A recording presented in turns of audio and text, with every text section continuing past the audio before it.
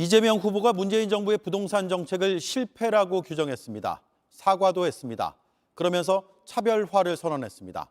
양도세와 종부세를 뜯어 고치겠다는 구상과 더불어 취득세까지 완화할 생각입니다. 그러니까 현 정부의 부동산 세금 정책을 대수술하겠다는 것이죠. 여기에 더해서 저희가 새롭게 취재한 내용이 하나 더 있습니다. 재개발입니다. 민간 재개발 규제를 완화하는 방안까지 적극적으로 검토하고 있습니다. 공공에만 의존할 수 없다고 판단한 것으로 보이는데 이 역시 현 정부의 정책 방향을 뒤집는 겁니다. 첫 소식 김필중 기자가 취재했습니다. 이재명 민주당 후보는 부동산 공약으로 임기 내 주택 250만 호 공급을 내걸었습니다. 기본주택 100만 호를 포함하여 향후 5년간 250만 호의 주택을 공급하는 것입니다. 기본주택은 국민 모두의 주거권 보장을 위한 국가의 의무를 실천하는 새로운 출발점으로 기록될 것입니다. 관건은 공급 물량을 뒷받침할 부지를 확보하는 겁니다. 선대위는 서울을 중심으로 남은 땅을 찾고 있는데 쉽지 않은 상황입니다. 민주당이 지난해 수도권의 자투리 땅까지 모두 파악해 내놓은 물량이 10만 호입니다. 서울 권역에서는 그린벨트를 제외하고 찾을 수 있는 많은 부지를 확보해서 공급 대책에 포함했습니다. 당시 서울 태릉에 있는 육사 골프장을 허물고 주택 1만 호를 짓겠다고 했지만 문화재 경관 훼손을 이유로 주민들이 반발하자 6,500가구로 규모를 줄였습니다. 대장동 특혜개발 의혹이 불거진 뒤부턴 민간 땅을 수용해 공공개발하는 방식도 리스크가 커졌습니다. 결국 선대위는 대규모 공급 물량을 맞추기 위해선 민간 재개발을 풀 수밖에 없다고 판단했습니다. 선대위 핵심 관계자는 250만 호를 어떻게 공공이 다 채우겠느냐며 민간 재개발 절차 완화도 검토하기로 했다고 밝혔습니다. 또 다른 핵심 관계자도 민간 재개발 완화는 예전부터 논의가 됐다면서 신규 건설보다 더 피부에 와닿는 정책이기 때문이라고 설명했습니다.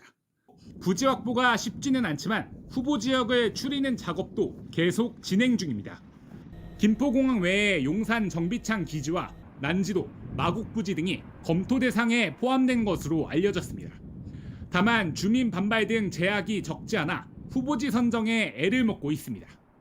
이재명표 부동산 공급 대책은 이르면 다음 달 초 나올 것으로 예상됩니다. JTBC 김필준입니다. 부동산 정책의 또 하나의 축, 부동산 세금이죠.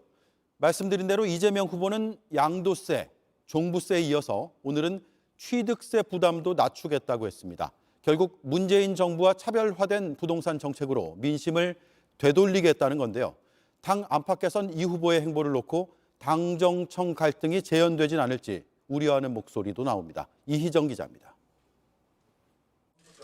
이재명 후보는 문재인 정부의 부동산 정책 실패를 다시 한번 기정사실화했습니다.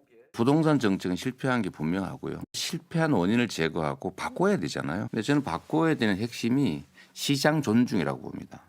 최근 무한책임 부동산이란 이름으로 공약을 계속 내고 있는데 이번엔 취득세 완화 카드를 꺼냈습니다.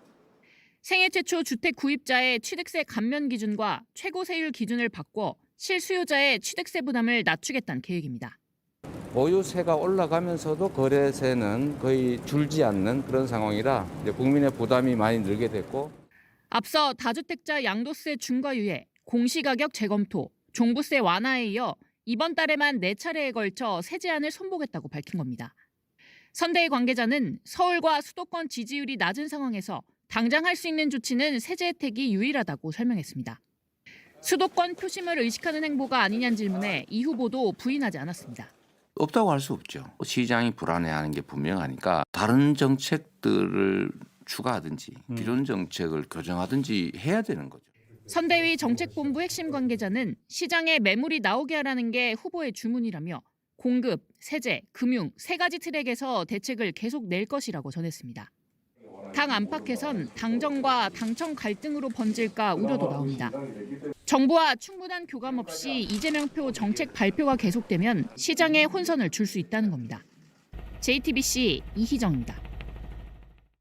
남는 땅 없는 서울에서 정부가 힘들게 찾아서 아파트를 짓기로 한 곳이 있습니다. 서울 동작구의 수도방위사령부 부지입니다.